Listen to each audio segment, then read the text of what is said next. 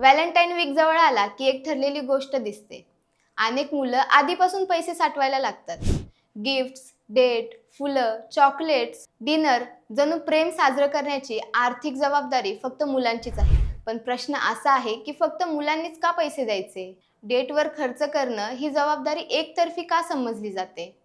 प्रेम हे दोघांचं असतं, मग खर्चाबाबत समतेचा विचार का होत नाही?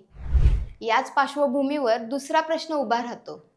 मुली डेटवर पैसे का देत नाहीत किंवा बहुतेक वेळा देत नाहीत असं का म्हटलं जातं? खरं पाहिलं तर आज अनेक मुली आर्थिकदृष्ट्या स्वतंत्र आहेत. स्वतः कमवतात आणि बिल शेअर करतात. कधी पूर्ण बिलही देतात. पण समाजाने वर्षानुवर्ष अशी अपेक्षा तयार केली की मुलाने पैसे द्यायचे.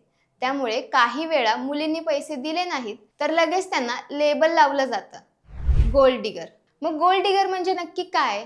साध्या शब्दात सांगायचं तर जो व्यक्ती नात्यात फक्त पैसे, स्टेटस, गिफ्ट्स किंवा आर्थिक फायद्यासाठी असतो आणि भावनिक जोड, परस्पर आदर किंवा जबाबदारी नसते, त्याला गोल्ड डिगर म्हटलं जातं. पण इथे सगळ्यात महत्त्वाची गोष्ट म्हणजे हा स्वभाव लिंगाशी जोडलेला नाही. फक्त मुलीच नाहीत तर मुलंही असू शकतात.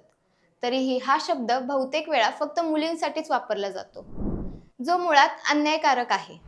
अलीकडे सोशल मीडियावर आणि बातम्यांमध्ये काही घटस्फोट व पोटगी संबंधित प्रकरणाची खूप चर्चा होते. जसं काही प्रकरणं उदाहरण म्हणून पुढे केली जातात. अशा चर्चांमुळे एक धोकादायक निष्कर्ष काढला जातो की सगळ्याच बायका लालची असतात किंवा लग्न फक्त पैशासाठी केलं जातं. पण हे खरंच सत्य आहे का? वास्तव असं आहे की प्रत्येक केस वेगळी असते.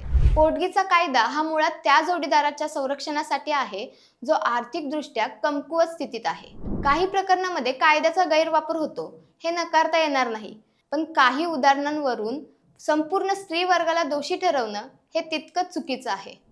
जसं डेटिंगमध्ये सगळ्याच मुली गोल्ड डिगर नसतात, तसंच घटस्फोटाच्या प्रत्येक प्रकरणामध्ये लालचाच असते असं नाहीये. अनेकदा कारणं असतात. मानसिक त्रास, हिंसा, असुरक्षितता, करिअरचा त्याग किंवा वर्षानुवर्ष नात्यात दिलेला भावनिक व सामाजिक खर्च. ह्या गोष्टी बाहेरून दिसत नाहीत, पण त्याच वास्तव असतात.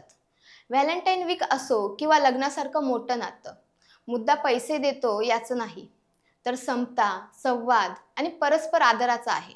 बिल शेअर करणं, जबाबदाऱ्या वाटून घेणं आणि एकमेकांच्या परिस्थितीची जाणीव ठेवणं, यातूनच नाती मजबूत होतात. सगळ्या मुलींना लालची ठरवणं किंवा सगळ्या मुलींनीच खर्च करावा अशी अपेक्षा ठेवणं, दोन्ही गोष्टी कालबाह्य आहेत.